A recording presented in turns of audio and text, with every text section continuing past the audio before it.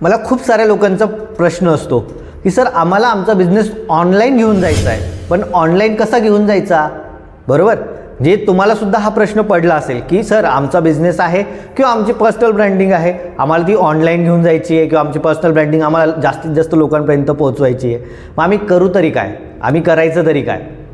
तर आजच्या ह्या व्हिडिओमध्ये आपण ते समजून घेऊयात की जर तुमचं एक ऑनलाईन तुम्हाला ब्रँडिंग बनवायची असेल, तुमच्या बिझनेसची ब्रँडिंग बनवायची असेल किंवा तुमची पर्सनल ब्रँडिंग बनवायची असेल तर ते तुम्ही कशा पद्धतीने करू शकतात. तर आजच्या व्हिडिओमध्ये आपण सविस्तर सगळं काही समजून घेणार आहोत. पण त्या अगोदर तुम्हाला काय करायचं, हा जो व्हिडिओ चालू आहे याला लाईक करायचं आहे आणि सोबतच आपल्या यूट्यूब चॅनेलला सबस्क्राईब करायचं आहे. जर तुमचे काही प्रश्न असतील तर कमेंट बॉक्समध्ये सांगायला सुद्धा विसरायचं नाही आहे. तर सुरुवात करूयात आपल्या आजच्या ह्या व्हिडिओला.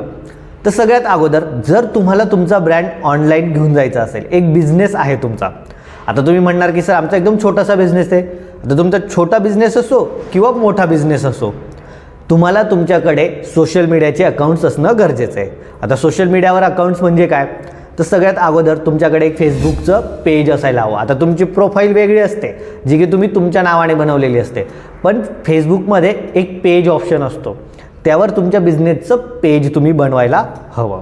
सोबतच इंस्टाग्रामवर सुद्धा तुमचं एक प्रोफेशनल अकाउंट असणं गरजेचं आहे, जे की बिझनेस अकाउंट असेल, बरोबर.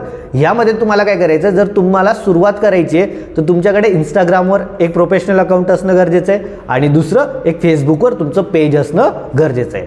ह्या दोघांना कनेक्ट करायचं आहे आणि ह्या दोघं पेजवर तुम्हाला पोस्टिंग करत राहायचं आहे. म्हणजे या ठिकाणी तुमचा जो काही ब्रँड असेल, जो काही बिझनेस असेल, तर बिझनेसविषयी तुम्हाला माहिती प्रोव्हाइड करायची आहे. तुम्हाला व्हिडिओज बनवून तुमच्या फेसबुकच्या पेजवर आणि इंस्टाग्रामवर तुम्हाला शेअर करत राहायचं आहे.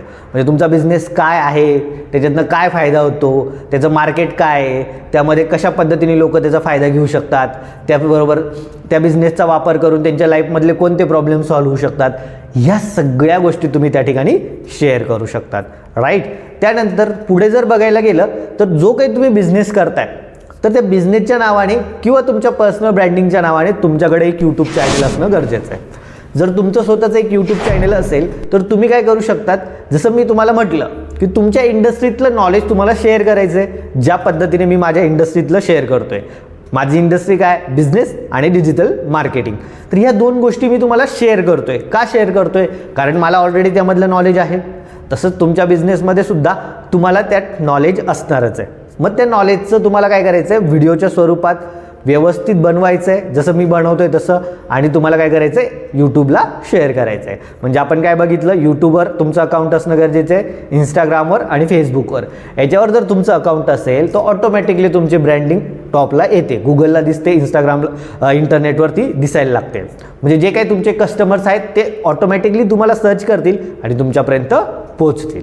पण सोबतच तुमचं गुगल माय बिझनेसवर सुद्धा अकाउंट असणं गरजेचं आहे. जो काही तुम्ही बिझनेस करताय त्या बिझनेसची प्रॉपरली माहिती तुम्ही तुमच्या गुगल माय बिझनेसवर टाका.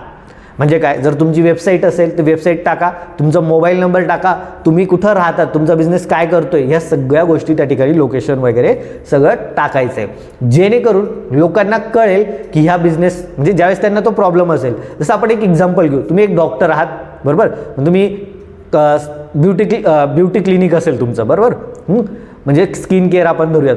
तर स्किन केअर जर तुमचं हॉस्पिटल असेल आणि त्या ठिकाणी तुम्ही माहिती तुमचं जो काही गुगल माय बिझनेसवर टाकलं तर तुमच्या लोकल एरियामध्ये लोक सर्च करतील की आम्हाला स्किन केअर डॉक्टर पाहिजे.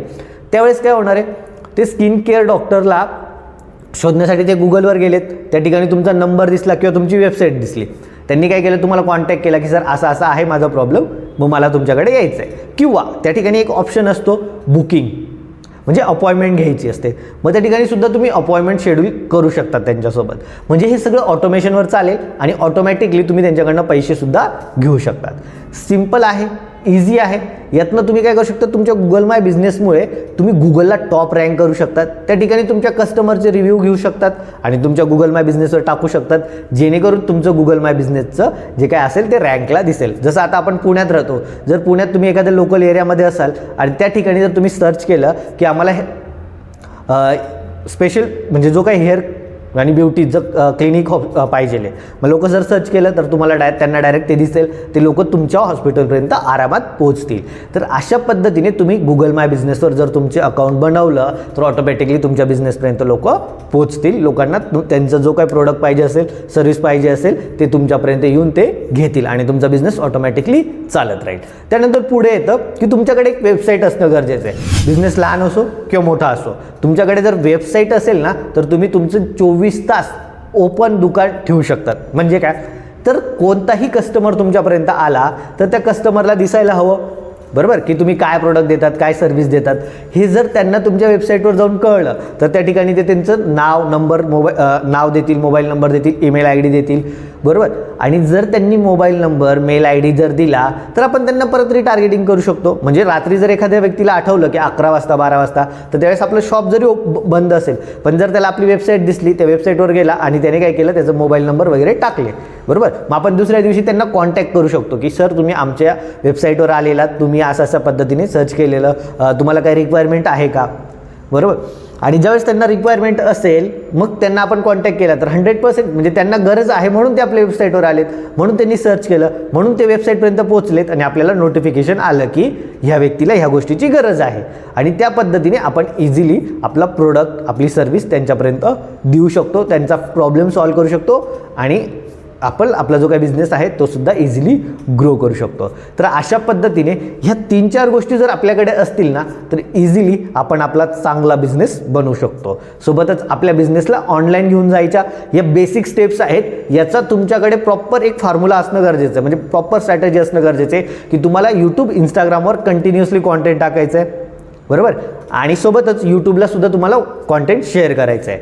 गुगल माय बिझनेसला तुम्हाला जास्तीत जास्त रिव्ह्यूज घ्यायचे आहेत आणि वेबसाईटवर तुम्हाला कॉल टू ॲक्शन बटन द्यायचं आहे. काहीतरी फ्रीचं ईबुक वगैरे शेअर करायचं आहे जेणेकरून ते लोक त्या ठिकाणी येतील, तुमचं ईबुक डाउनलोड करतील, ईबुक ते डायरेक्टली परचेस करतील. म्हणजे अशा पद्धतीने जर तुमचा बिझनेस ऑनलाईन असेल तर 100% त्यातनं तुम्ही चांगले अर्निंग करू शकतात आणि सोबतच तुमचा बिझनेस लाखो लोकांच्या नजरेत सुद्धा पोहोचेल. तर ह्याच बेस्ट ऑप्शन्स आहेत, याच्यातनं तुमचा बिझनेस इझिली ऑनलाईन येऊ शकतो आणि सोबतच तुम्ही जास्तीत जास्त लोकांपर्यंत पोहोचणार आणि तुमच्या बिझनेसमधनं प्रॉफिटसुद्धा जास्त कमवणार. जर असेच व्हिडिओ तुम्हाला बघायचे असतील तर आपल्या यूट्यूब चॅनलवर ऑलरेडी आलेले आहेत, ते बघायला विसरू नका.